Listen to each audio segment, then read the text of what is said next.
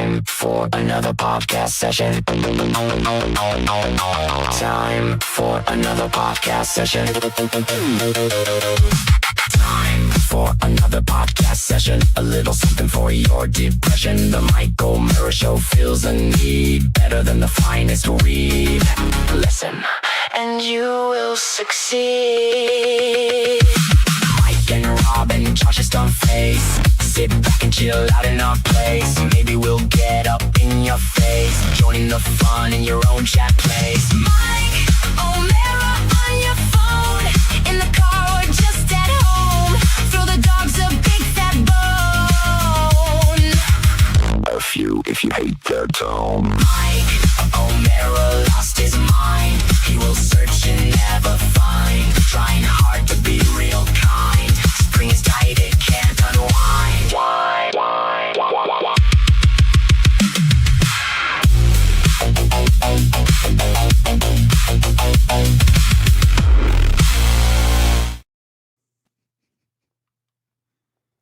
Late night tonight. Where is she? A fellow cop leads Pepper into a trap on policewoman.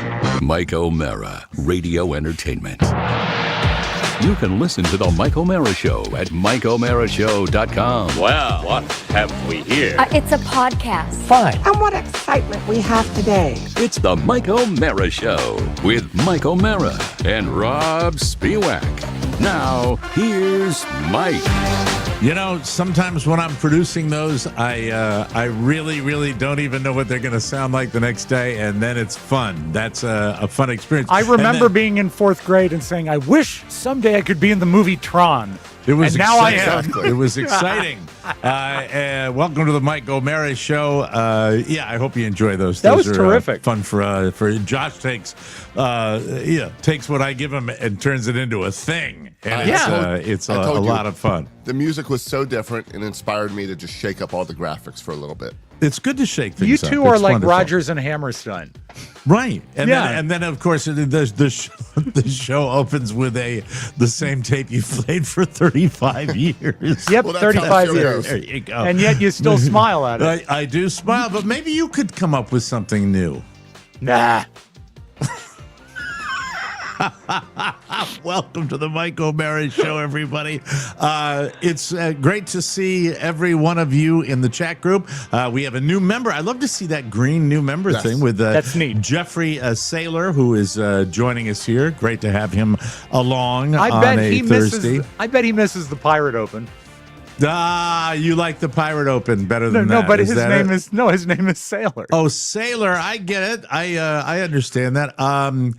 I want to start today with my own absurd paranoia that sometimes I am so glad that I keep it in check. Mm-hmm. And I think that working in the broadcast business probably didn't help. And it's probably something that I had when I was very, very young, because a lot of this crap comes from our childhood. Yeah. And it's silly. But so How much of it do you think is based in your childhood, which was ostensibly very happy, and your years in broadcast radio, which had its ups and downs? I think because I was the youngest, and I always say I didn't have 7 siblings, but I had 7 family members that were all close in age. Yeah. My cousins and my sister. And I think if I was really to think about it, it would probably be from that era. That now that I'm old, I can look back and say that's kind of what happened. But it's good weird. because it made me, it toughened me up for the business I was in. And so, but it never changes the paranoia is always there. And in the broadcast world, you've got a situation where, much like professional sports, you can be doing your job at a high level and doing very well, and you never know when things are going to change, and you're going to be out on your ass. Right. And even though Don and I had a 20-year run, there were always moments of paranoia even within the show. Mm-hmm. And so, but I think because I felt that early on, I can't really blame that on my career. I have to go back to when I was younger than that. And then when you throw in the latter part of my career, which was the podcast, and you have people that are coming and going on the podcast up until a couple of years ago, it's still the same. It doesn't change. That's just the way it goes. So nothing has happened in my career to change but I will tell you, there are moments when I know I'm being ridiculous. Like right now, when I'm going to tell you what I'm paranoid about right now. But are you redonkulous? That's, well, I've heard that now. Is redonkulous is beyond ridiculous. Ridonkulous. Have you heard that one, Josh? I have not heard that one. Ridonkulous. Maybe we can start it right here. Where did that come from? I've heard it. I've heard it on TV. I've seen it on things like the memes and whatnot. The kids, they love it. They love rock and roll. You liked it, so you shared it because it rolls off the tongue. Like Ridonkulous. Ridonkulous, yeah. Is that kind of a combination of ridiculous and being a donkey at the same time? I would think so, yeah. I haven't gone into the Merriam-Webster to check the derivation of it. You've been spending your mornings with the junkies? I have not been that sounds like Ridonkulous would be something that Yes. are now they're old too. Well, They're old too. Isn't that a little too creative for them? How about their career compared to ours, pal? Hey, listen, pal. I know. Really. Some people are lucky. Maybe they sold their soul. I don't know. Maybe they just played the game right. Maybe that's exactly what it is. Maybe they were, Do you think they're paranoid? Nicer to people, huh? Do you think they're paranoid? Yeah, I've heard their show where they get that way, with each other. But I think at the core, maybe not. I don't know. Those guys are friends for a very, very long time. Yes. And they transferred it into a living, and then a very good living for all those guys. I look at the junkies. Two of them work really hard. And this is true. That's true. Hi, Lurch. Anyway, that's very tall. So here it is. I mentioned the other day, I got a phone call after the show. Guy says my kid's on an all-star team. Right. And then he said, I'm going to put out a little notice about it'll be on the website that we all use for communication, this particular website, and I'll let you know that's how I'll be communicating from this point forward. I don't think about it. There's no discussion of when or how or where or when it's going to happen or anything, but I just get the call. And then this is what I turn it into. Because I was upset after the last tournament that he played in, and I was angry, and I posted something that was not really angry. I read it on the show. It was not super ridiculously angry, but I did talk to the coach afterwards, and so but I'm not happy that I did. Even with being legit, feeling like it was a legitimate gripe, I should have shut up. I should have shut up online. I should have shut up at the game. Move on. They're 12. Yes, go ahead. I've told you how parents are taken into account and parents' behavior. Yeah, and so but it's not bad behavior in as far as causing disruption. Yes, Yes, I mean, there's still a grade on that under parents. You grade the swing, the contact, throwing the ball, the parents. Yeah. What would you say the percentage the parent is? I would say it can't be as high. How about as this? play How about does engagement get a grade? It does. Like it does. Participation and being there and supporting. And a lot of times for the parents, it's really a pass fail. Okay. It's on the right quick. side of the report card. Yeah. I'd get a fail. I'd definitely get a fail. I don't know. I think that your enthusiasm is good, though, and your attendance is great. So, I mean, that's stuff that's real tangible. That's on the table. No, fail is taking the kids out early. Constant negativity, which might be an issue that the team on the field can hear. It's not I have to be honest. I once coached a kid that I would always pull off the mound as soon as his dad would show up because his dad couldn't handle it. And he'd be yelling at him? Yeah, the dad would be yelling from behind home plate, and then the kid would break down on the field, and he was a great pitcher except for when his dad showed up. Wow. And you know what that also says? It says the dad was late. Yes. So that's not good either. No. So here it is. All fails. I'll tell you everything I don't know. I don't know when the announcement's going to be made publicly. Mm-hmm. That's one. I'll give myself a little ding because there's a list of these. I don't know that. All right. I don't know who's on the roster. Mm-hmm. I don't know who the assistants are. I only spoke to one coach. All this I don't know. I don't know. I know that the games, I think, were posted as far as when it's going to start. So I know that. So that's that. I give myself a buzz for that. No, I don't need a buzz. Oh, play the buzz, Mike. Go ahead. All of these things I don't know. In my mind, this is what I create. All right. Yesterday, I said I sent a text message that says I wrote. I'll read it because it's another New one phone, that's who dis? benign. It's benign, and I like to make sure that I'm doing the You know, the right Josh, thing here. 3 times 3 be 9. It is. I was once asked to define benign in a class, and that's what I said. Hey, Coach, do you know when the full roster for All Stars is coming out? Michael wants to know how many friends he has on the team. That's very So nice. That's not a bad answer. Mike, said that's that- beyond That's not benign. And, That's engaged right there. Okay, but at the same time, I'm saying to myself, is this too pushy to No. be doing it? And then he says, he writes me back, it will be posted tonight. And then I say, thanks. And then it doesn't get posted. And suddenly I see it in Game yeah. Changer. What's that? I see it in Game Changer. You do? You're No, I'm lying. just messing with you. Shut up. Don't do that. Why God. would he have access, Mike?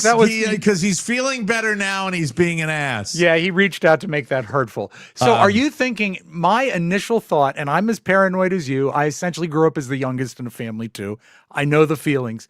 Does it even cross your mind that somehow it's been posted, but you're excluded from it? Yeah. Yeah, exactly. Yeah. And Or- that can't be the case. Yeah, but You it know. still enters your mind right away. What am It I doing does. wrong? How did It I does. screw this It's- up? Yeah. It's ridiculous. It's Ridonkulous. absolutely. Well, if But by the way, that was Adam Carolla team. invented that word I on don't believe Loveline. that. I don't believe that. Well, that's what Matthew Kiki says, I'll look or it up. Kiki, or whatever it is. I don't know what it is. Maybe it's time to bring it back. I don't know. I don't either. But I think was there, has there been commiseration? Right. And they said, yeah, that guy's kind of a hothead. He's kind of a troublemaker. Did you think that a know, coach so- might have called an assistant coach who may have even called a parent and said, what do you think of this guy? Yeah. Maybe we should cut him out. Yeah. Yeah. And that's what's going on behind the scenes in the Little League politics. What do you think? Yeah, right. I selected him because he's a good ball player. But then his What do you- dad sent this text. I don't know.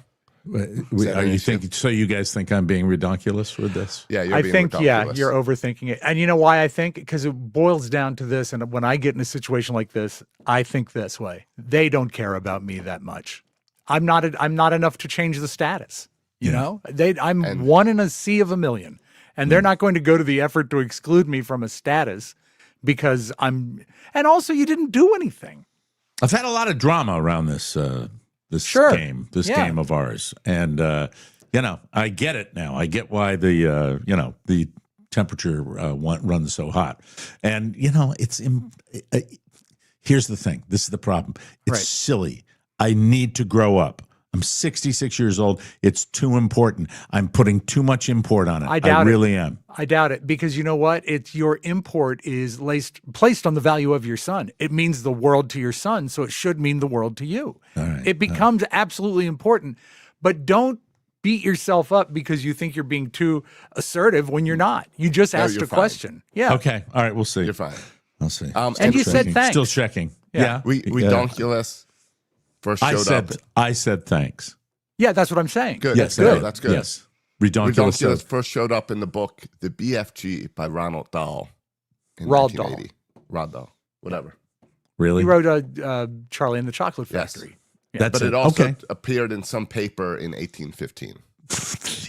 That's where I saw it. That's probably where Adam Carolla got it from. What a donkey. Donkey. Donkey. Hello. Donkey.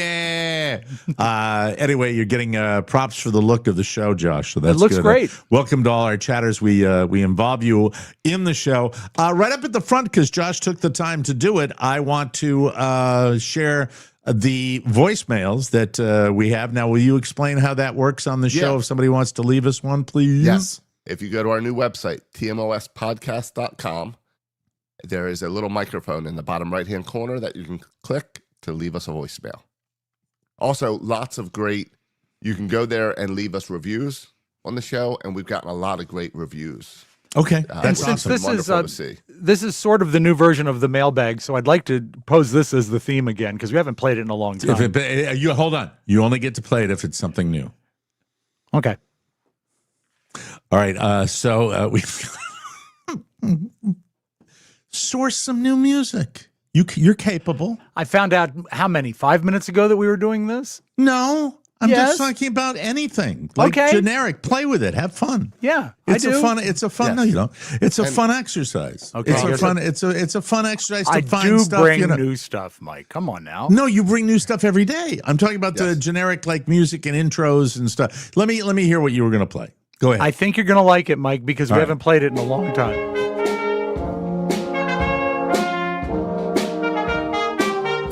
That's the La Plata High School Band. I think having a little retro is a good thing. Okay, but we won't use that. No, I think, Rob, you can do better. Thank you, Josh. These are these are voicemails. You can come up with a cool answer machine. Like Yeah, intro. I could. I didn't have time to think. I didn't. No, know we were no, doing no. it It's today. all right. No. That's right. No, I know. You know, I told you 18 minutes ago. That's right. You got can't do that quickly. You know, but as far as you know, I just you wanted are, to bring. I wanted to bring an element to it. Is all. You are My the mo- audio Yes. creator as well as I am now, and you know, Josh is kind of the video producer who produces a lot of this stuff video. So you know, and by the way, I think this is something that now in the era that we have, you can produce on your own. That it doesn't sure. require you to find it in other locations. Do you have other sources that you? Yeah, well, I mean, yeah, Because there's- I'm not taking credit for anything that I generate. It's all I write down some lyrics and then I plug in what kind of music I want to use, and that's all. That's Josh the and I only- have collaborated on audio elements that have been generated by AI. So that's although all. I don't think that they're exactly what we need for that, though. Yeah, I think No, it no, needs something more creative. get out of the whole thing about for the voicemails. Yeah. Think in general Oh, yeah. of anything. Oh that, yeah, AI is a you know, buddy. It's a tool. because But- we do audio for live reads. We do audio for Sure. intros and you know stuff. Not as much as we used to because we go to video for a lot of that Mm-hmm. stuff. But it should be kind of fun. And by the way, for people who say, "Why are you talking about the business of the show?" We do it here, so we don't have to Yeah. bother ourselves after Mike we're done does with not it. like phone calls. I don't care for him. Let's go with the voicemail. First All right. voicemail of today. And if you want to leave one, just hit the microphone and go ahead and do it. Let's hear our first voicemail. Let's start with Kevin. Kevin. This is Kevin Kevin. Scott. All right. And your little shout out for teachers the other day was a huge pick me up. I am a 7th grade teacher. I have 28 to 31 students in most of my classes, a total of about 150 kids. Wow. And we are in this stretch between spring break and Memorial Day, which seems like it goes on forever. So your words, your kindness, all of that was really appreciated. And I just wanted to send a quick note to say thanks. And I have to say, deserved. You know, 100%. once again, I mean, it's just, I've had, look, I know that I did the 12-year-old late in life. I know that I have a 30-year-old, a 28-year-old, and a 12-year-old. So perhaps this is me slowing down enough to pay attention more, and I wish that I had slowed down to pay attention. I go back and I look at teachers that I had interactions with my daughters. It's the same thing when I reflect on it. I was the same way. There was a level of being impressed, and overwhelmingly, the teachers that I have come across in public school, in private school, in parent-teacher meetings, in events and stuff are exemplary, and we don't in any way, shape, or form put enough value on them. And I, you know, and by the way, that teacher taking time to do that, Yeah. that's what a teacher does. That's That's right. the level of effort that a teacher puts forward. And I also have to wonder sometimes if even the county is working against the teachers. I was talking to my child. Rob's wife is a and teacher. my child is a TA. Yeah, Robert is a is a TA. TA. My child. getting his certificate, right? Yeah, as soon as he has to be there, I think 6 more months, and Okay. then they will pay for him to And like get 3 his more certification. punches. Okay. That's all. That's it. 2 bites and a punch. But do you know that Loudoun County or the school has scheduled the prom, the senior prom, this week, and not just this week, but this Friday? Does that not seem way too early to have the senior prom? And also, No, why? that's about right. No, it's about normal. Really? Is it? But then Yeah. putting it on a Friday? Where would you put it, on a It's always Thursday? been on Fridays, right? No, it would be a Saturday night dance, right? It was always a Saturday for us. No, mine was always I don't- Friday because people would skip out of school. Well, it would be a weekend night, right? Yeah, I mean, but I'm saying, but it was always What's the problem with it, though? That's what I'm because curious. everyone is so distracted thinking about prom. I would think you'd want to move it later in the school year, but also they are expecting like 0 attendance on Friday. And it just seems Of the stupid to seniors. me. Yeah, it seems Yeah. stupid to me. 0 attendance for school itself? Yeah, because the prom is on a school day. I think And it's dumb. that's also why they do it 3 weeks before the end of the school year. Can I ask you a question? So it doesn't And take away from exams. Excuse my ignorance here. You're saying that the kids would take a full day off on Friday? They'll ditch, The girls take the day off to get their hair done. Yeah, they got to get a and blowout. everything, and I get prom it. pre. So then the guys just skip out because why Yeah. not? Okay, all right. It just seems, and also, I mean, if it is first week in May, that's fine. It just seems early to me. I seem to remember prom being closer to the end of the year because it was something you look forward to when maybe classes because weren't. it's Florida. What is the end of your year? My kid's got 3 weeks of school left Well, right now. I think it's first week in June for us. Okay, well, same for kind the of thing. seniors, Yeah. Or for, yeah. I don't think that's I don't know. Is Carrie not happy about that, or Robert what's is the- more disappointed because of the distraction in the kids. He says it's making the job. So tough. he's engaged. Oh, He's into Robert. into I it mean, right Robert now. is extraordinarily engaged. He awesome. actually said, I hate so many of these kids, but I'm really going to miss them. Now, is he still doing the special ed TA stuff, or yeah. And also is he working with your beloved? Same classroom as my wife, primarily, but sometimes they farm him out to other things, like he'll assist in another class. But his primary job is in the special ed. And I think that, and this makes me so proud. Do they ever butt heads a little bit because they're in such close proximity to each other all day? Carrie and Robert? Yes. Robert knows how to avoid it. He's lived with Carrie a long time. He knows how to play that game. Did he learn that from anybody you know? Mike, it is not God-given knowledge. It is learned behavior. That's cool that they're both doing that But you know together. I what? love What that. is awesome is when we come home and we have dinner and they start recapping their day. Because it's like Rashomon. I'll get 2 versions of the same story. And I couldn't be any prouder of him, and the fact that he is still drawn to special ed, it warms my heart because it takes a very special person, and he's so empathetic from what he's been through in his life. I think he's landed where he should be. So Okay. we'll see. I'm not going to tell him what to do or stop him from doing anything. All right, we got a couple more voicemails. Yeah, please. Sorry, I Let's, didn't mean to check go it on. out. Go ahead, Josh. Hello. Hey, Mike, Rob, and Josh. This is Steve calling from Dahran, Saudi Arabia. Yes, you truly have a global audience. Just wanted to say I'm listening from halfway around the world, usually while dodging sand, heat, and the occasional, what day is it feeling? Sitting in traffic in Sharjah, that's the eastern province, listening to the podcast, and suddenly I'm back in the old DMV, stuck in traffic, listening to the old radio show. Also, if you ever need an international correspondent for breaking news like man tries to grill in 120-degree heat, which is quite frankly a regular occurrence here, I'm your guy. Keep it up, fellas. You've got at least one loyal listener out in the Arabian desert. Steve out. That's cool. I love That's that. very, very cool. And I am so uneducated when it comes to the Middle East as far as what it would be like. And there are so many people that are from our original starting point, the Washington D.C. area, who have spent time over there. And my mind starts to race as to what it must be like to exist in that society, where people. But also to have a link back to Yes. how you were brought up. Up until like a few weeks ago, I thought the Middle East was Ohio. Thank you, Rob. That's Rob Spiewak. Let's play another Here's, voicemail, shall we? Let's go to Jimmy. Hey, Mike, Rob, and Josh. This is Jimmy Hoffman. I was just calling to see if I could borrow a cup of sugar. Yeah, give me a call back and let me know. I'm making a voicemail. cookies. think. Okay. He's making Thanks. cookies, Mike. Yes, that's Jimmy. Jimmy That's, Hoffman. Jimmy Hoffa.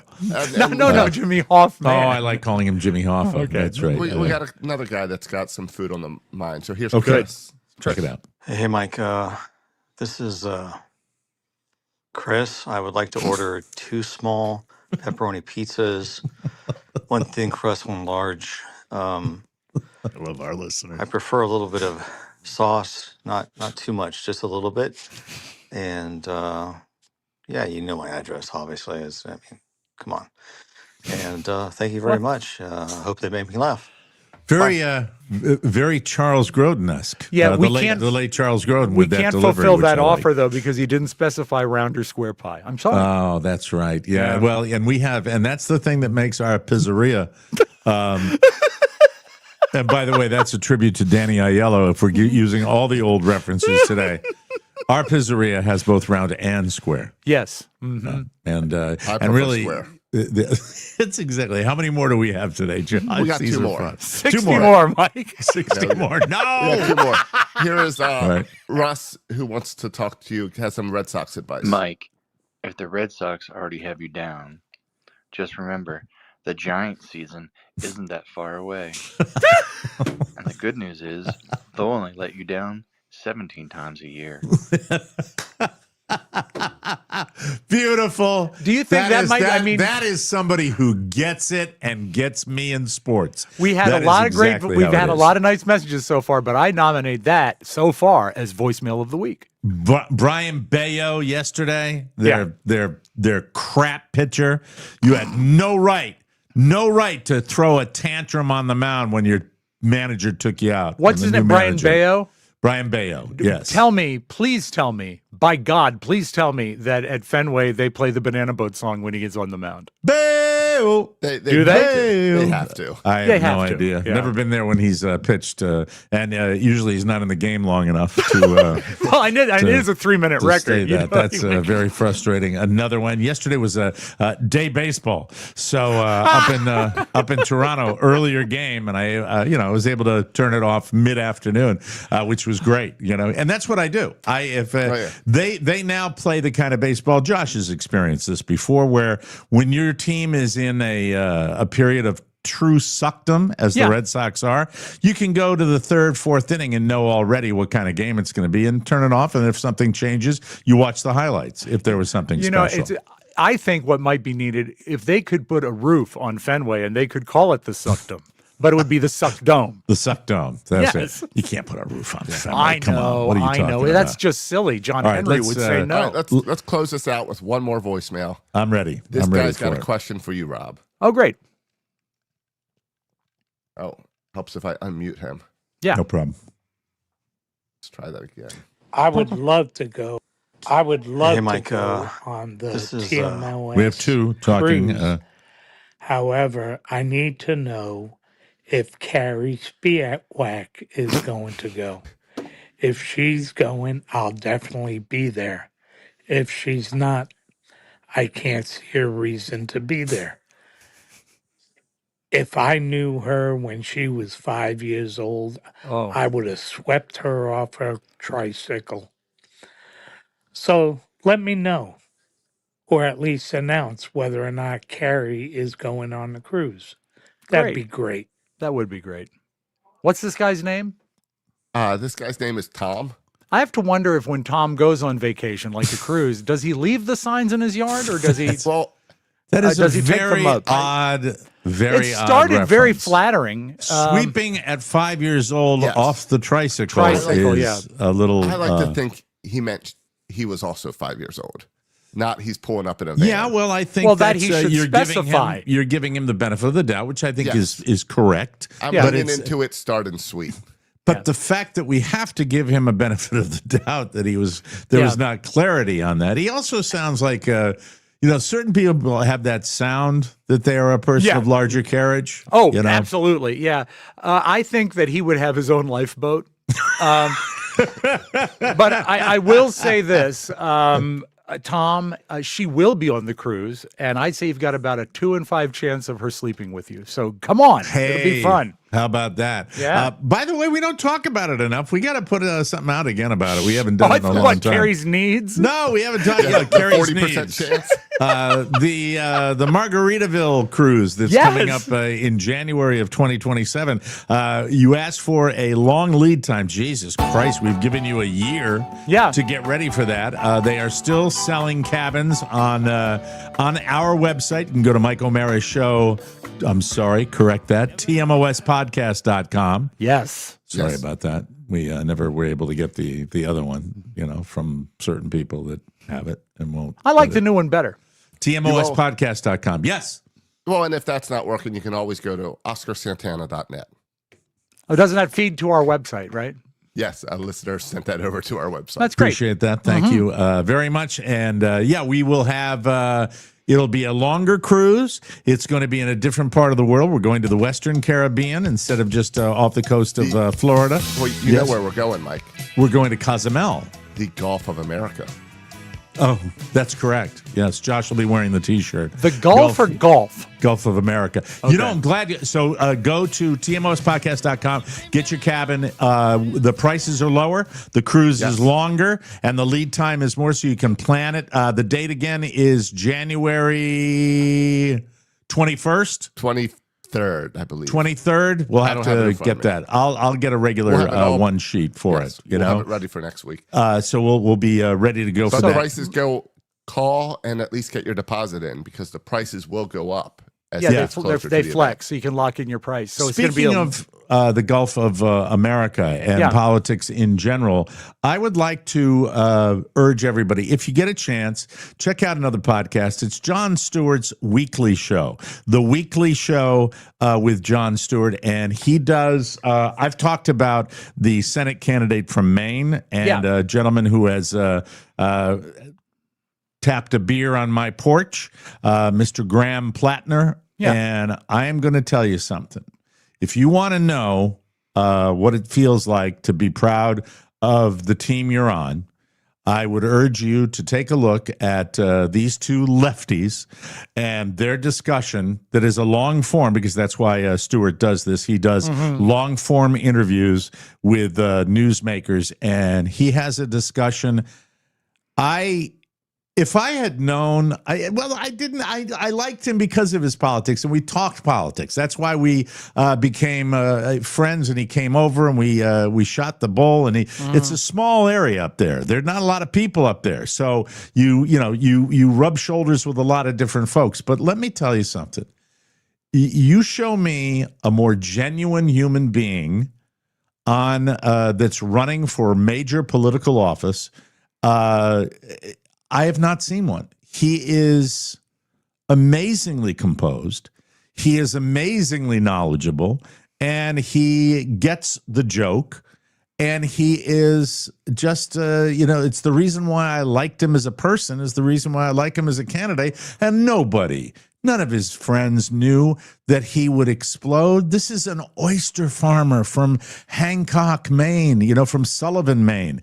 And to hear him go back and forth with two people that I've had the pleasure of rubbing elbows with, Jon Stewart and Graham Plattner, is stunning. So, and Josh Soroka, I know you probably won't like what they have to say necessarily, but I would say if you really want to know my politics and what gets me excited about government and what I think it should be all about, I would urge anybody to take a look at the discussion these two guys have. And they are really, it's fascinating. I think it just came out yesterday. Yeah, it's a brand new. I think it's lucky that we are in an age now where you can sit down and at your own discretion grab a long form interview with someone you're interested in. Yeah. Because 10 years ago you wouldn't be able to. This is why, Mike, I have the same feelings you have about Ted Cruz. Just such a good guy. Yeah, exactly. Absolutely. And I feel the same way about Lindsey Graham. Yeah. Are there any long form interviews with either one of those candidates? Well, they all seem long. They can't handle it if you listen to them. But yeah, I had Ted over to the house and we sat on the not the deck, but the patio, and he brought a Hawaiian punch. It was nice. Can I tell you the gist of what they talk about? Please. Yeah. The gist of what they talk about is using government a la Franklin Roosevelt. They make a lot of commentary about Franklin Delano Roosevelt and how the system was used to lift people up in a time they really needed to be lifted up. That's all. That's what it is, mostly. So if I were to say... It's not wonky, really. It's more like help people out. If I were to say using power for good, would that be okay? Because that's really what I think we all should be doing. Yeah. Really. Yeah. I think we all agree with that. It's just how it's done. Well, it's right now a situation where they don't just take shots at the right. They take shots at the members of their own party, too, who are kind of complicit in when you're talking about taxing super rich people to help with programs for people that are just trying to get by.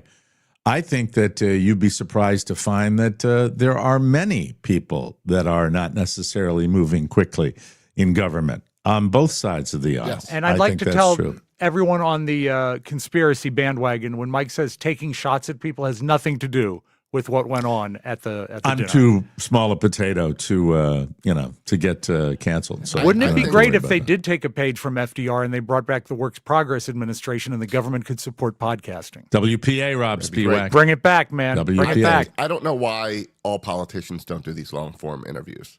I think it's probably because many of them can't handle it. But I had the same feeling like 2 weeks ago or last week, sometime when traveling, I was listening to Spencer Pratt, who's running for mayor of LA. And wasn't he a reality star He's a reality star. And I'm like, this is ridiculous. And why would a reality star think they could succeed in politics? Exactly. That might have been a little motivation. But you listen to him talk for 2 hours and it's like common sense approaches. Okay. Is he on your team? I think he's on my team. I don't know. He's an LA mayor, so I assume he's on my team. All right. Okay. It's he's running for LA mayor. Yeah, he's running for LA mayor. Okay. I'm not even. He's up against Mike. He's up against Richard Hatch from Survivor. No, I assume I think they should all be. You know what? How about what congressional district is Johnny Fairplay in? Oh, you mean John Dalton? John Fairplay Dalton. I think we should definitely get him in there. Somehow think he's in Tennessee. Let me see. Tennessee. Is he living there now? That's a good state for him. I'm checking right now. He seems like a Texas guy.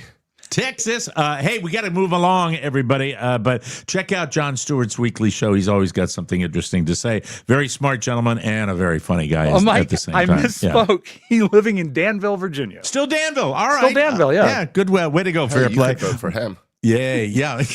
Not again. Right, if he cheated. We'll be right back, everybody. Hey, what's your beef? I'll tell you what I hate. Paying top dollar to my local grocer for overpriced, underwhelming steaks and then cooking them up and saying, meh, it's too much money and too much grief. That's why this podcaster relies on Omaha Steaks. Right now, taste the difference and take an extra $35 off at omahasteaks.com when you use promo code Mike at checkout.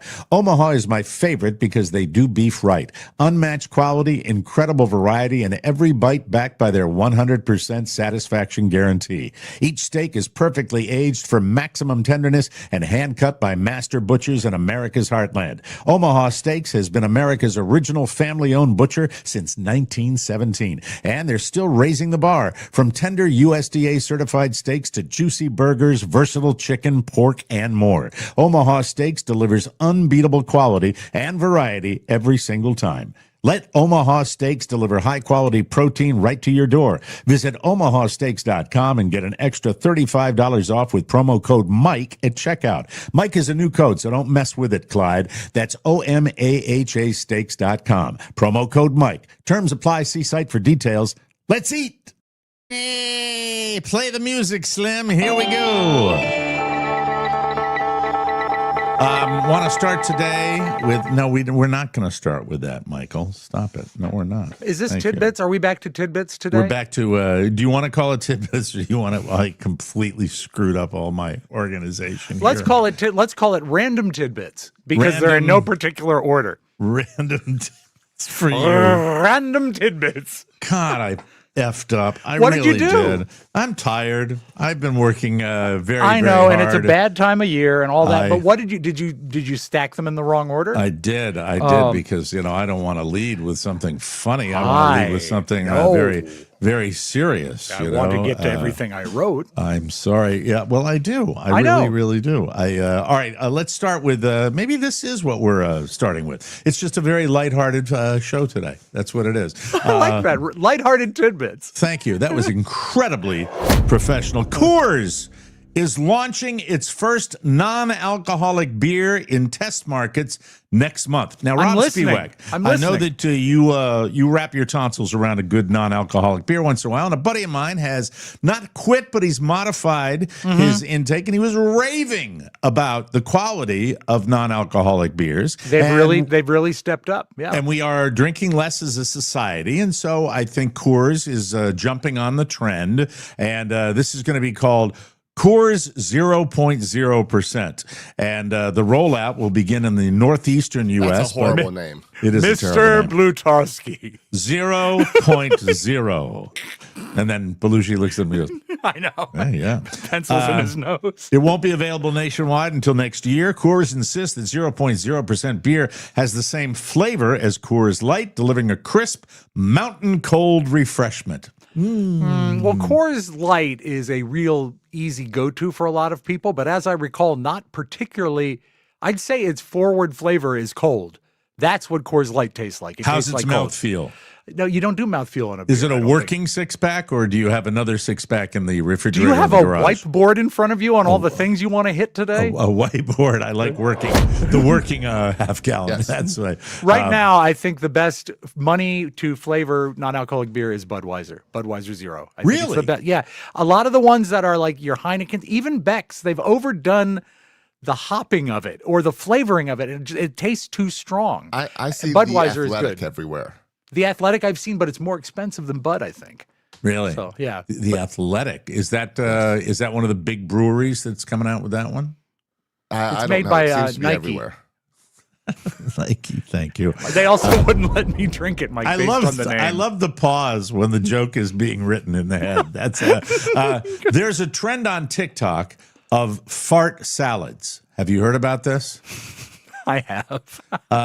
They are connected to the trend of maxing everything, in this case, fiber. There's no one recipe for a fart salad, but the signature ingredient seems to be, is it cruciferous vegetables? Is that the correct pronunciation? I think it is. Like crunchy vegetables, right? Cruciferous? Like crucified. Josh. Sorry. I don't know why I asked you to talk. Cabbage. Brussels sprouts. Some even use packaged coleslaw. That's the main gassy fiber part. Fart salads don't have to be super healthy. You can use pasta, cheese, pepperoni, onion, seasoning, and dressing, which sounds more like a pizza. I'm not quite sure Mike, what the point is. It's for maximum fiber, and I might call it stool salad. But I have a clip of a young, good-looking lady that is an enthusiast. Would you like to watch it? Yeah, please. I didn't know there was a video out there. Yeah, she can prep her own fart salad. A fart salad. And hi, baby. I cannot stop freaking giggling at that. If you want to make the viral fart salad, here's what's in it. I'm going to start with iceberg lettuce, romaine lettuce, green leaf lettuce, whatever your favorite is. Half a cup of finely shaven Brussels sprouts. Half a cup of bell pepper, green, red, yellow, whatever you like. Maybe like a fourth of a cup of finely chopped cabbage. 1 cup of finely chopped kale. Why is she doing it in her car? Well, I'm just questioning. Like, I'm going to go back. Stop it. We're all engaged. You know what's funny is I don't even really like cucumber that much. I don't like the flavor that much. But the dressing that I make, the hummus dressing, covers it up so well. A little bit of carrot and red onion. These little sprinkled tomatoes. I'm obsessed with these. They're so stinking cute. Go to hummus dressing. Be generous with it now. Everybody's favorite part. Watch your face. Last time I used grilled chicken, but I have some leftover salmon that I made last night, so I'm going to put that in. And I have pita chips. Into so you have that it. in a My salad. minute. Yeah, it looks very good. So good, you guys. Why do you dislike her, Rob? She's lovely. What is your problem? Why is she doing it in a car? Because that's what everyone does TikToks now, because the sound is better. All right, they're all using cars as for acoustics. I have one other clip of her, Mike, that might change your view of her. Okay, all right, let's take a look at it. Your boss. I produce you low price for you, good quality for your client. That's the pencil lady. Pencil supplier, Danny for details. It is. That's Mike. That's Lulu pencil. Luna. I'm sorry, not pencil Lulu. Lady. Anyway, let's see if you want pencil for you. If you want a high fiber. You want a high farter fiber salad, that's healthier, you sub out the pasta. By the way, the one she made looked extraordinarily healthy, especially with hummus dressing, which but I would imagine you would just float to bed. Oh my God! I'd suggest a seatbelt on the commode after that salad. But I also love those tiny tomatoes. Mm-hmm. Oh, you do? do too. I put those in my salads. I am a non-cherry tomato of any kind enthusiast. Mike, I've got the perfect solution for you. Campari tomatoes. Campari? Is that like the drink? Well, it's the same name, but it doesn't have anything to do with the drink. They are bigger than cherry tomatoes. They are round, unlike grape tomatoes, and they have a tender skin. If you quarter them in a salad, they're good all year round, and they taste perfectly like tomatoes. Thank you, Elton. I appreciate that. Let's see here. I have a question for all of you. Shoot.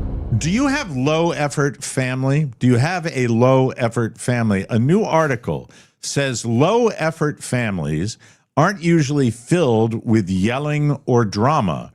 Instead, they are all about avoidance. There is yelling in my casa. We do not suffer our problems every day. There's take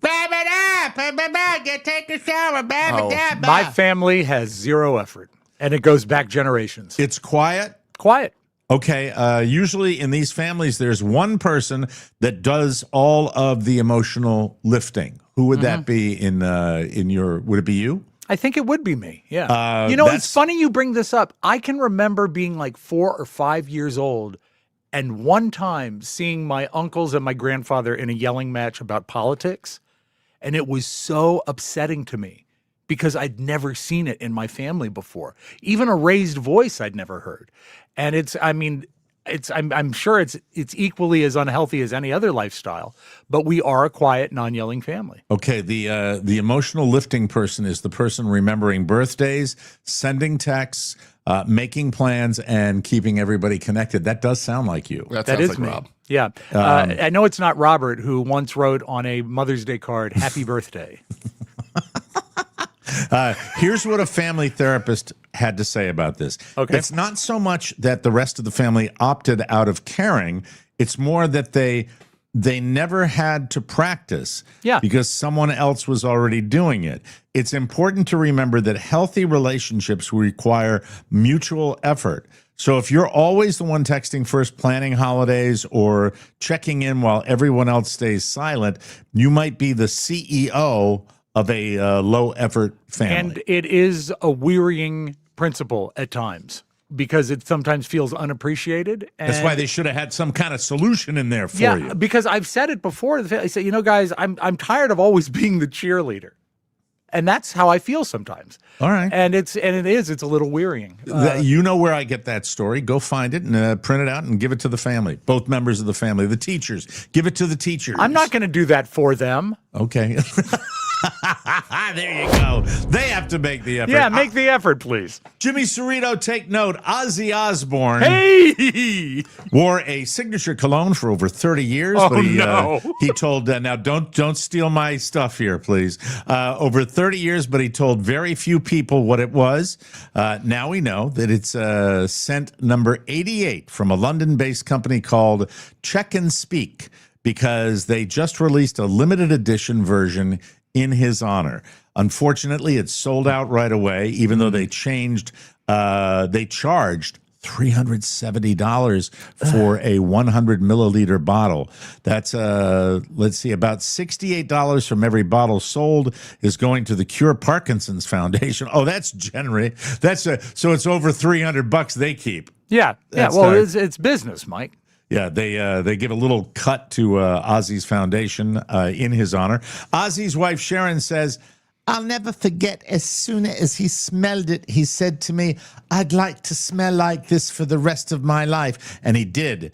Everywhere he went, he was known for it. Everyone talked about it. His friends, his bandmates, his business colleagues, everyone. They would always say how good he smelled. Number 8 is described as, quote, a fresh, woody top note of bergamot." Bergamot is what I wear. Actually, that's the what the hell was the sponsor? Yeah, the Italian bergamot is Cremo. My God, Cremo. That's right, Cremo. Let's see, bergamot, geranium, base notes of vetiver, and sandalwood, and in his younger days, just a hint of vomit. You know, Mike, they say it's sold out, right? Yes. I do have a video. If you want to make your own, this is like a hack. You can make your own Ozzy Osborne cologne. A fart salad, and I cannot stop freaking giggling at that. If you want to make the viral fart salad, here's what's in it. I'm going to start with iceberg lettuce, romaine lettuce, green leaf lettuce, whatever you're... She has a cardinal on her shirt. Very pretty. I like her. Don't pick on her. I shan't. I hope she comes up with bat vomit. Oh, that's funny. Yeah, quick, Nick. That is funny. Bat vomit. Just a hint of bat vomit. Yum yum. Sinbad is returning to the stage for the first time. Yes. Woo! Rob, he had a stroke back in 2020. I remember. I've been praying. He's playing 2 shows at the Ice House Comedy Club in Pasadena. That's exciting. Actually, one of them already happened in a video posted yesterday. Sinbad announced the dates were April 29th, which was yesterday, and May 10th, which is Mother's Day. He was scheduled for a sold-out show at the Ice House last night. There's no word on how it went. Sinbad's speech isn't perfect, but it's more than good enough to do stand-up. Although maybe we shouldn't call it stand-up, so he still can't walk. But he says, stop it. What's wrong with you today? That is so sadly written, though. I mean, that is really not appropriate. You can't call it stand-up. I know. I'm the messenger. So anyway, he says, I'm so looking forward to these shows. I got so much stuff to talk about. I'm going to be talking more trash than I ever talked. His daughter, Paige, is opening the shows for him. I want to review. If I get it, I'll share it with you. I'd like to know how he did. We don't have anything on that yet, right? I would love if this means that he's able to do stand-up. Certainly he'll be back in strip clubs before you know it. I remember we saw him. I was in a strip. Everybody that I'm mentioning today, I've come in close proximity to. We were in a strip joint in Minneapolis during a Super Bowl, and Sinbad actually made it rain. I remember that. It was David a pretty Atkins cool thing. is his given name, Mike, and he was so good in Jingle All the Way. Hey, I love these stories, and I try to share them every time they come near me. I have to share that the Social Security Administration just released its latest baby name data, and there are some interesting trends. Here are some of the names. I'm trying to decide whether I go from worst to first. There's no particular order. Okay. The name Maverick is now more popular than Thomas. I hear it all the time. Maverick. What is with the Western? Well, no, I name? think that's I Top think Gun. It's also Top Gun. Okay. Yeah. Of course, if I named a child Maverick, it would be because of James Garner. This is fun because it's the names that are more popular than the other names. Sophie's always been a very That's a nice name. one, yeah. Guess what's more popular now? I couldn't possibly. Genesis. For the band? For the Bible? Don't know. I mean, I know it means beginning. It's a fine automobile. You know the name Grace, the lovely name Grace? Grace Kelly, one of the most beautiful people to ever walk the earth. This name is now more popular. Nova, like the Chevy. Or the community college. One of the fastest rising girl names is Iceland. Like the country? Icellynn. And the fastest rising boy's name is Truce. God, we are stupid. Oh my God, we're stupid. It's everyone is obsessed with coming up with a name that no one else has. And Some other names the same name. that are picking up steam are Halo and Honey. And honey, I miss you. Come here, honey. Hey, honey. Hey, honey. The name Messiah is more popular than Patrick. I think perhaps if you name your child Messiah, you're asking a little much of it. Mm-hmm. Yeah. Sarah peaked in popularity in 1993 as biblical name. As the third most popular girl name in the country. It has now slipped, I'm so sorry, Sarah, to 95. Do you favor a Sarah with an H or without? I like the H because my sister's middle name is Catherine Sarah. I had and when no idea. Before she was married, it was Catherine Sarah O'Mara. That's great. So put that in your pipe. And now we just call her Maverick. The name Donald continues to fall. It ranked just 672nd last year behind the name Sincere. Well, I think Donald had its run when Ted Bessel was on television playing Donald Hollinger on That Girl. But Yes. now that that's gone, Forget No. it. There's no great Donalds anymore. Was Donald Hollinger in another famous sitcom, or was that it? I think that was pretty much it for Ted Bessel. Yeah, I always thought that Ted Bessel would have been really good on Hogan's Heroes in some capacity. And finally today, a 50-year-old woman in Florida named, by the way, I'm going to count them here. Let's see. 3. It's a 3-joke kicker today. All right. Got it. By the way, if you want to know my methodology, when I feel like the jokes aren't killers, quantity. I go for quantity over quality. A 50-year-old woman in Florida named Alexis Weber. She was arrested on Tuesday after she was linked to multiple incidents of, let's see, it's called defacing by defecation. Okay. Local homeowners reported seeing human feces on vehicles, mailboxes, community food pantries, and private yards. It didn't take long for people to figure out Alexis was behind all the poop.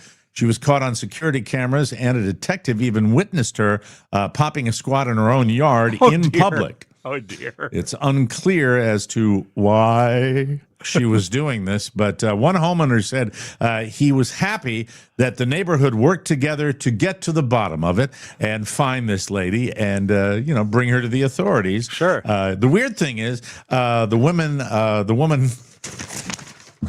Mike, back up. All right, back I'm up, gonna take go a breath, and get a running start on it. Let's do it. Yeah, somehow get it right. It's just too long a newscast for me today. I understand, and it started out of order. The homeowners will not be canceling their plans for the greenest lawn competition. The good news is there is now a clearance sale at the food pantry on Hormel chili. That's bad. And finally, the weird thing is the woman owned a nail salon. Thank you. We'll be right back, everybody, with more show. Whoa. Here's a quick message from today's sponsor, the ASPCA Pet Health Insurance Program. If you've ever owned a pet, you know they run on their own logic. Jump first, think later. Ask questions, never. I've got dogs, so I know this is true. It's part of what makes them so lovable, but it's also how you end up with those surprise vet visits you didn't see coming.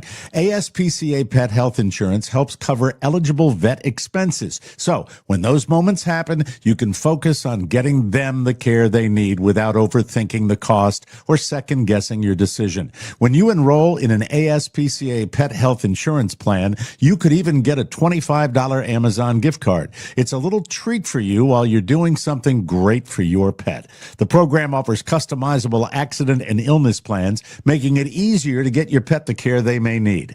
Who's a good boy? You are. If you enroll in the ASPCA Pet Health Insurance Plan, it's been around for almost 20 years and has covered nearly 1 million pets in that time. To explore coverage, visit aspcapetinsurance.com/TMOS. That's aspcapetinsurance.com/TMOS.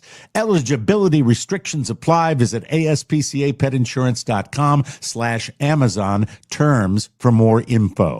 This is a paid advertisement. Insurance is underwritten by either Independence American Insurance Company or United States Fire Insurance Company and produced by PTZ Insurance Agency Limited. The ASPCA is not an insurer and is not engaged in the business of insurance. How you talk so fast? I will tell you, there's so much that you brought to the table today, Rob, that it's got to be dealer's choice for you. But before that, okay. I do want to mention that on the bonus show today, we will have a live report from the King's Parade. Oh, great. In Front Royal, Virginia with Rob Spivak. Josh, are you excited that Rob's going to go out there and broadcast live from the parade? As soon as I saw him with the hoodie on this morning, I knew it's because he's leaving the door. Very yeah, exciting. And I was so excited that I finally got that press pass. It was very last minute. So you said the King was going to be in Front Royal, Virginia yesterday, but I was that's not misinformed. true. No, it's today. He's there today. Yes, and people, Mike, this will shock you. At 5 a.m., people were already lined up in beautiful Front Royal to see the King. And it starts at 10, and it's going to be a total disaster because when they spoke to, I believe it was one of the councilmen of Front Royal, he said, "This is really neat." And then he went on to say, "We have metal guards in front of the roads, just like at the White House. It's almost like the big city has come here." if you were inclined Yes. to experience British royalty, and a British king who is long in the tooth and has had some health issues, it would be a one-shot deal here. Let me ask you this question. Yeah. Actually, there'll be another one because he's got a son. But if you were, as the crow flies, or as Waze directed you by automobile, how long a drive would it be for you to get to Front Royal? Probably an hour 15. But also, wow, really? I think an hour to an hour 15, depending on traffic. That's what I did when I Wazed it yesterday. Really? Yeah. But also, I can't imagine if anyone has been blessed to be in Front Royal. Having the king appear in Front Royal is like booking a Super Bowl in Herndon. They don't have the infrastructure to support it, and we've got a lot of excited people around here. It would have to be something pretty magnificent to make me go down there and try to battle all that, because But I you think get it's going to to- be horrendous. You can go down and reuse all your signs from the No King protests. Take the same Should signs. be fun. There's a lot of that, by the way, from his of course team. there is. It's There's so a lot easy. of that from his team. Sure. No, but guy- I've that been guy to right there. London and I've seen the changing of the guard twice. I've never seen the king. If it was within an hour of me, I would drive down and see the king. It's a big deal. It's a big deal. You know. To you, it might be, I guess. I mean, they're still the enemy. No, Mike. it's not just to me. It's just noteworthy. And by the way, I'm Irish. I believe the British were the tyrants of history. So so you go down there to like? I'm not would an you heckle? Anglophile. I'm not an Anglophile. But I still would be fascinated just to get a look at him, in person. If it was more convenient. If it was an hour away, I wouldn't go either. And you know what? It takes me back to when the Pope came to D.C. and just the massive hassle that it was to inconvenience everybody. I went to it. I know. Yeah. I don't like that. I mean, you've got the Pope has his own country. Stay there. The king has a palace. Stay in your palace. We've got our America. Stay where you are. I don't And need you to have see your you. home to stay I have my inside. home. That's right. And by the way, never leaves. No, that's not true. You know this. You know this. That would just be kind of cool, kind of interesting. No, I'm not going to do it. And also the fact that it's starting at 10 a.m. By the time I got there after posting the show, it would probably be pretty much over. Okay. All right. So it's do they know how long it's going to be? How long the It's going to be a 48-hour party. There's going to be foam and bubbles. All right. No, You're it's not going, that's fine. No, it's All a right. day. It's a day trip for the king. He's going to Arlington Cemetery and then going down there. And a lot of people don't know this. He's going to Thank you Arlington for the Cemetery information. Yes. for shopping. He's looking for a place. Wow, he does not like the Royals. All right, you dealer's choice. You have passports. You have the movie Michael. That's the one I think I want to talk about. Okay, then let's talk about Michael. I right. went and saw it on Tuesday, and it was one of those movies that when I went into it, I was just going to get through it because I did not have high hopes for it. The media hated it, and it's a not a short movie. It's 2 hours and 6 minutes, and I went in. I don't like going to the movies by myself, so my mom lives right by Alamo. So I said, if I pick you up, will you come see the Michael movie with me? And she says, you want to see that? I said, yeah. So we went and we saw it, and it began. And I got to tell you, I want to tell you, it's fantastic. It is really, really good. I am fascinated by the Rotten Tomatoes for it. Yeah, because what is the that? critics, The critics have it at 37. The audience has it at 97.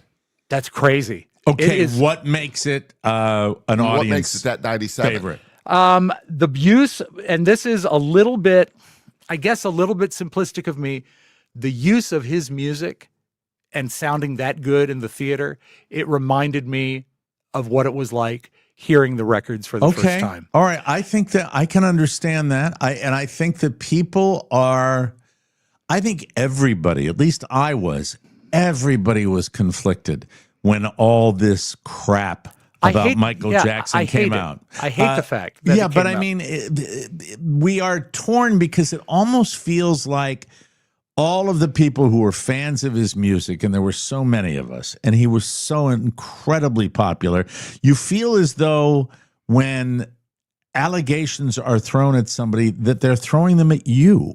Yeah, and I think feel that. ultimately the people that, that just love the music so much, I think if they went music heavy, with this movie, I And can they did. completely understand how people would like it, and they ignore everything else. They didn't have to really, because, and this is what surprised me, they stopped right as he released the LP Bad. The last scene is on tour promoting the LP Bad, which is like 1990. But they could have addressed his behavior during all of that. That there was weird stuff going on.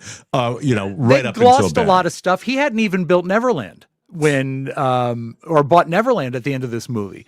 Okay. I think, and I will say this with all sincerity, when they do the Oscar nominations, the Best Supporting Actor will not only be nominated, but will go to a guy. His name is Coleman Domingo, who played Michael's father. But there's no way, if the critics hate this that much, aren't they the ones that vote for the Oscars too? Well, No, it's the committee. The committee and all people that make the movies. Academy. Yeah. The Academy. He is as horrifying as any Frankenstein or Dracula movie you've ever seen. Is he the father? Does he play the father? Oh my God. It is just sinister the way he is and the way he works behind Michael's back. And I know that some of this stuff was glamorized. I know that some of this stuff was conveniently written out. Like his siblings, some of his siblings were not included. That's right. Which means I know Janet wasn't, so LaToya was always there. But I think 2 or 3 siblings weren't mentioned, so the house and Gary did not seem what? Are you looking at Daniel Thurber's comment? No, what does he say? Elvis, MJ, the King, and Sweet Lips. What does that even mean? Did you get chapstick yesterday? I ordered it yesterday. Okay. Go ahead. I'll stop. I'm not doing anything. Your lips look better today than yesterday. Your hair looks better today. Yeah. I think we all look great. I think we all look great. Not saying anything. I want to get my lips good in case I see His Majesty. I don't want it to be distracted by my lips.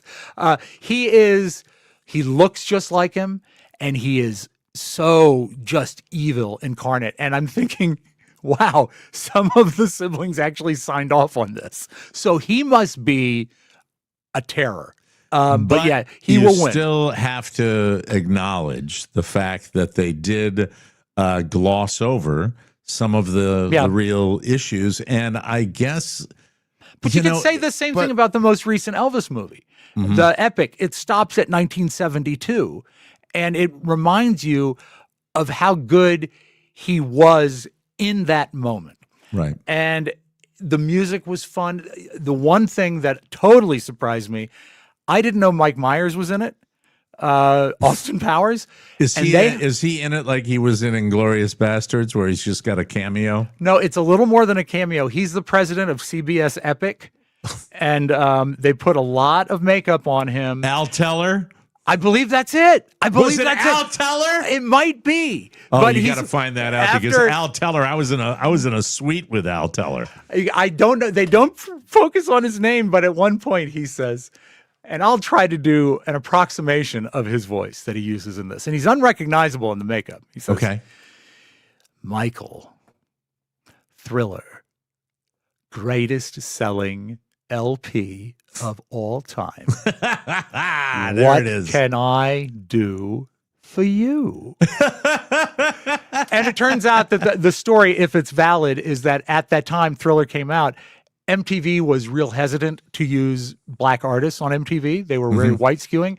So CBS Records called them and said, if you don't put Beat It in your rotation, we're pulling Bruce Springsteen, we're pulling The Police, we're pulling Cyndi Lauper. You don't get any CBS record artists if you don't run my. But I think also, I'm sorry, Josh. Myers is playing Walter Yentikoff. Oh, my bad. Okay, sorry about that. Yetnikoff. Yeah.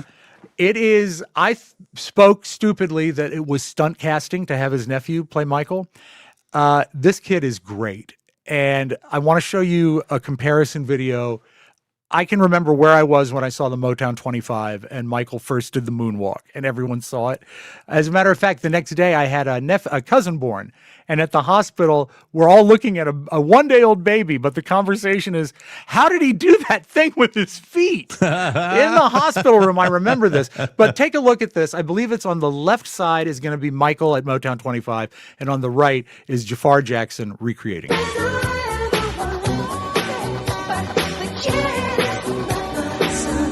Oh my God, it's doppelganger. It's crazy. Now watch the dancing here.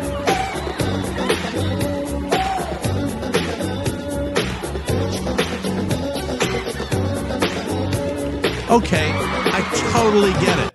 And you know what? I This get sounds so stupid. Watching that, I got some chill bumps. It's that good. It's a musical piece, kind of a tribute to Michael Jackson. And a you celebration of Michael Jackson. You have never been burdened by celebrities who are really horrible in real life. That's not how I would phrase it. What I would say is I can Elvis. I can separate the performance from the artist. Yeah, the art from the artist. And you know what? I think it's a great review, and I think I completely understand it. I really do. And I think it's one you have to see in theaters to really get that full sound system. I agree. And we only had see that.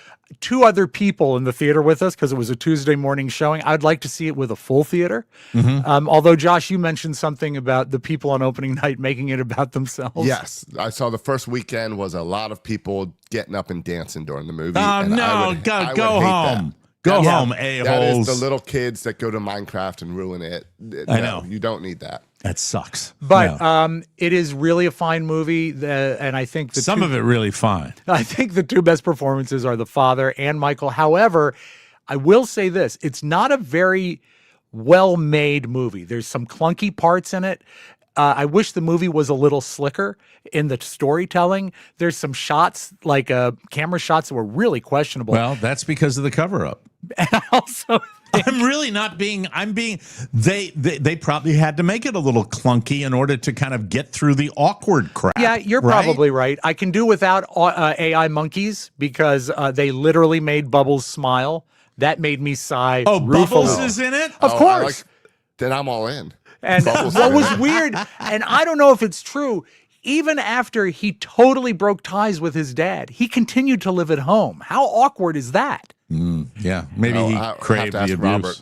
Yeah. And now that's not funny. That is, we have to take a break. And also, I didn't like the fact that he was driving around in a Mercury Monarch. I think if you're the king of pop, you should at least have a Fairmont.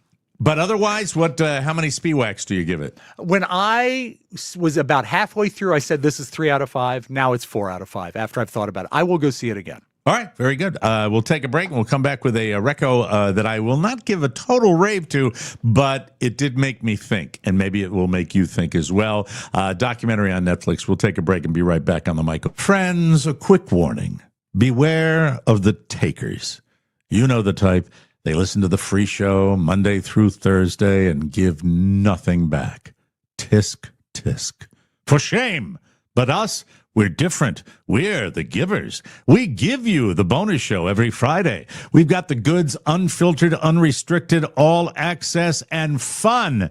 Because more access means more laughs. You deserve the good stuff, the extra stuff. We're talking TMOS extras.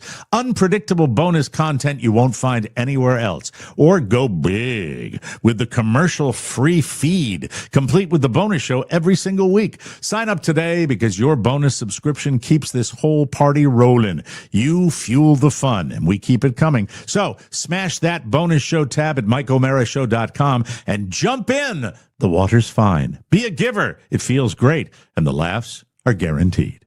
Thank you, Mike. Okay, so really quick, I just wanted to cover this documentary. Okay. Because it really makes you think. It's you just never, people's capacity for evil, you just never get enough. It's just constant. If you're looking at all these streaming services, so many documentaries about murder and deception and corruption and all that.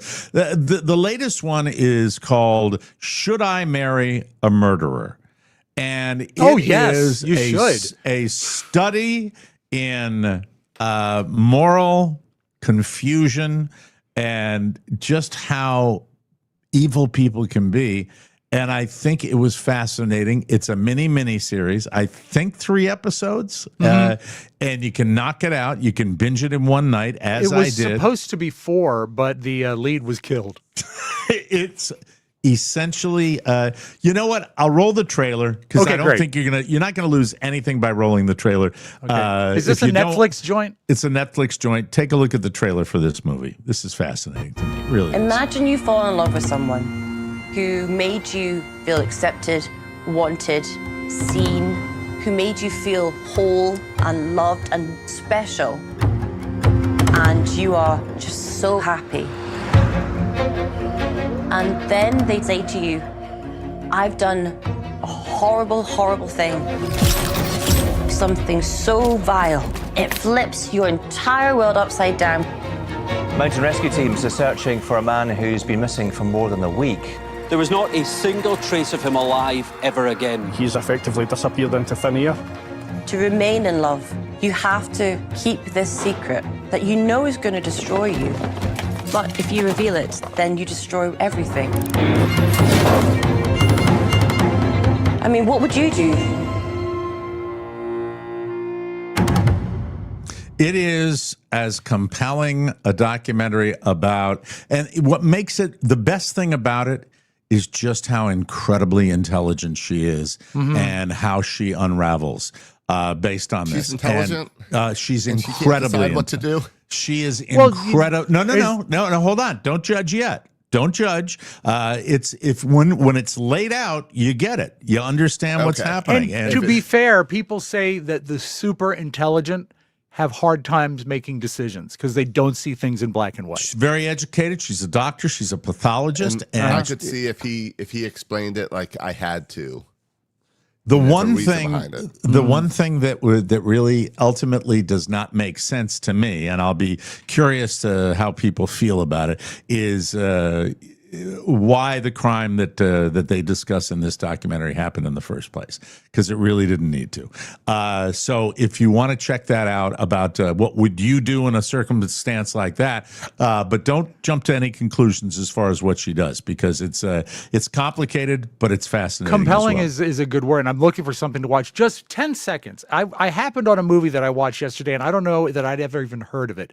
Have you heard of a movie called Babylon? It's also on Netflix. Yeah, I'm not a fan. No, it's crazy. It was wild for the first half hour, and then it turned into like a right good movie. Yeah. But it was really over the top and almost upsetting. So I would stay away from it. Yeah, I didn't like it. Yeah. We got to take a break. Do you have some beautiful video for us today? I do, and I have a little bit of MJ video that I think you'll enjoy. Very good. Yeah. We will do that when we come back right after this, everybody. Hey, Fudge Cutters, Mike O'Mara here. I want to share something my wife Carla is really excited about at Derm Glow Skin. Peptides. Peptides are natural compounds in your body that act as messengers, helping with things like repair, metabolism, sleep, and energy. Now you can supplement them all. Partnering with a trusted telehealth partner, DermGlow gives you access to doctor-prescribed peptides in all 50 states. It's simple. Take a quick online quiz, get approved, and your order ships straight to your door.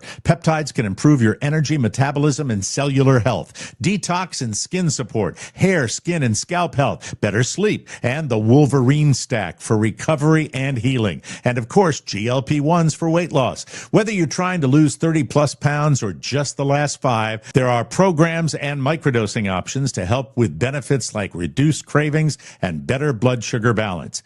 Everything is prescribed by licensed doctors safely and conveniently. If you're low on energy, struggling with weight, not sleeping well, or just not feeling your best, there may be a peptide that can help you. Visit dermglowskin.com and click the weight loss and peptides to get started. Dermglowskin.com, helping you feel better from the inside out.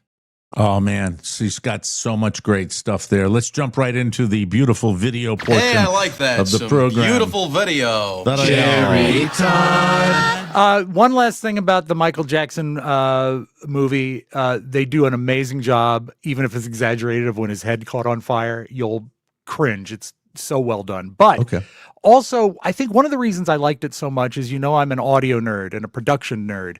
And they go into a little bit of how the records were made. That's in the movie. This is real life.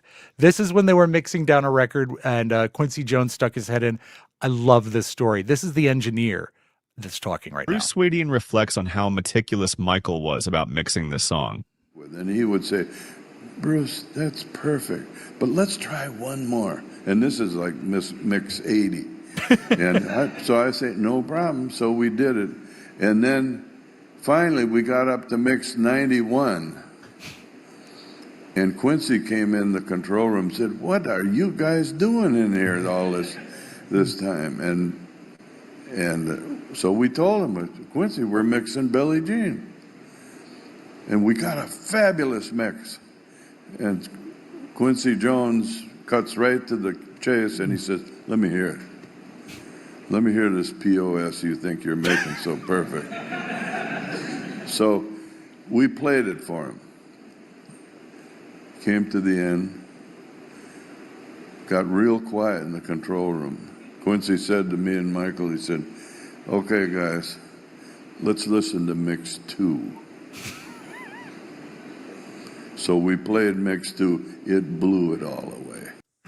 So the cut that's on Thriller is cut 2. When It's you the live, second attempt. Yeah. when you live with it, you can screw it up if you if you overdo that. That is, I love stuff like that. Isn't that I really cool? do. And then he said, the engineer said, and you won't get any older, and you won't ever die. Mike, this comes courtesy of the Sroka file.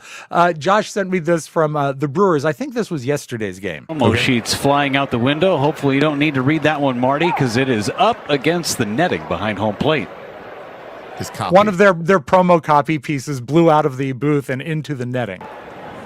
See if we can read it from here. What's not my scorecard? Is that our disclaimer? It's copyrighted telecast. Awesome. Yes, let's do it. We can do it. We just read it off the netting. To a great broadcast Bob by the Johnson Brewers. just written it. Go ahead. Copyrighted telecast presented by authority of the Milwaukee Brewers may not be reproduced, retransmitted in any form. Accounts and descriptions of this game may not be disseminated without the express written consent of the Milwaukee Brewers. Well, isn't that great? Hey, folks, we all write the same way. Okay, Yep, that's it's the way so it true. goes. Very, very true. Absolutely. So cool. This is not AI. But they do reveal something at the end. I think you will enjoy this. I watched this. I couldn't believe what I was watching. This is fancy dunking of buffalo wings.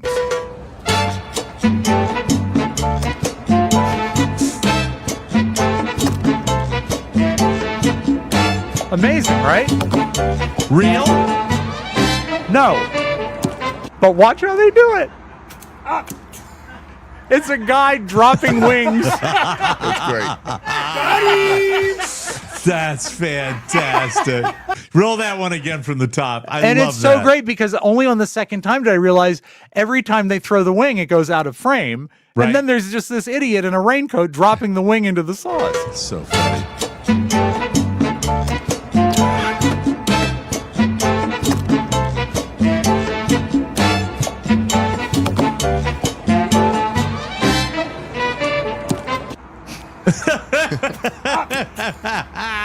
I really like that. I think that's cool. And movies do that. That's movies. Of course, folks. that's movie the way magic. They do it. Yes. Montgomery County, Mike. Have you ever lived there?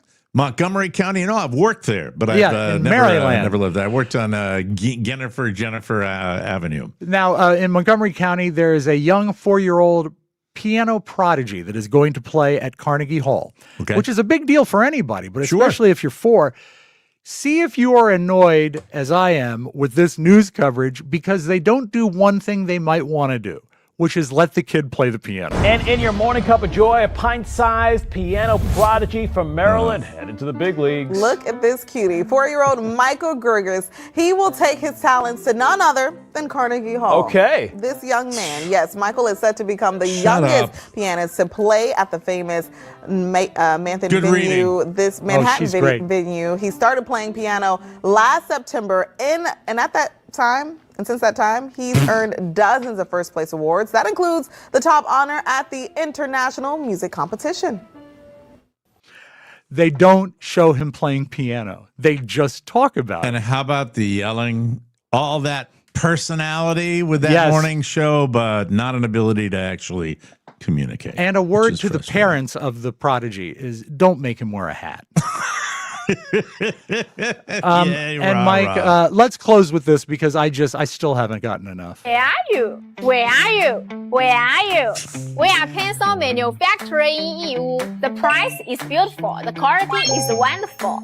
Hi, I'm waiting for you here. Hi, I'm Luna, your reliable pencil supplier. DM me for details. That's right. DM Luna for details if you need pencils. I'm going to have a house full of pencils based on Luna alone. That's right. Mike, may I recommend the number 2? The number 2. Well, that was that lady from Florida. We don't want to go back on that story. We got to get out of here. We'll be back tomorrow with a brand new episode. It's the bonus show. If you don't subscribe, you're not going to get it. We're also going to stream that live for our bonus show subscribers this afternoon at 4 p.m. So check your email. It's also always in the community tab on tmos.supercast.com. podcast.com. There it is. Check it out. We'd love to have you. And fun. We'll see you live stream this afternoon, 4 p.m. Get it, forget it, enjoy it. I don't know what that means. Set it, forget it, enjoy it. Set it, forget it, and kick it upstairs. To the fat man. Fat man. Sometimes I have to get really sincere. Oh, should I kill the music? No. Oh, okay. I'm Mike O'Mara, and I guarantee this show's good. We'll see you next time. For Josh Soroka and Ralph Spiegel, I'm Mike O'Mara saying bye-bye, everybody. Bye-bye. I love you, Pop. Want more? Make sure you check out the Mike O'Mara Bonus Show. Get it at MikeO'MaraShow.com. Mike O'Mara, Radio Entertainment. Come on, man. Nice beaver. Thank you. You must have been the class clown. And I say, no, I wasn't. But I sat beside the class clown, and I studied him.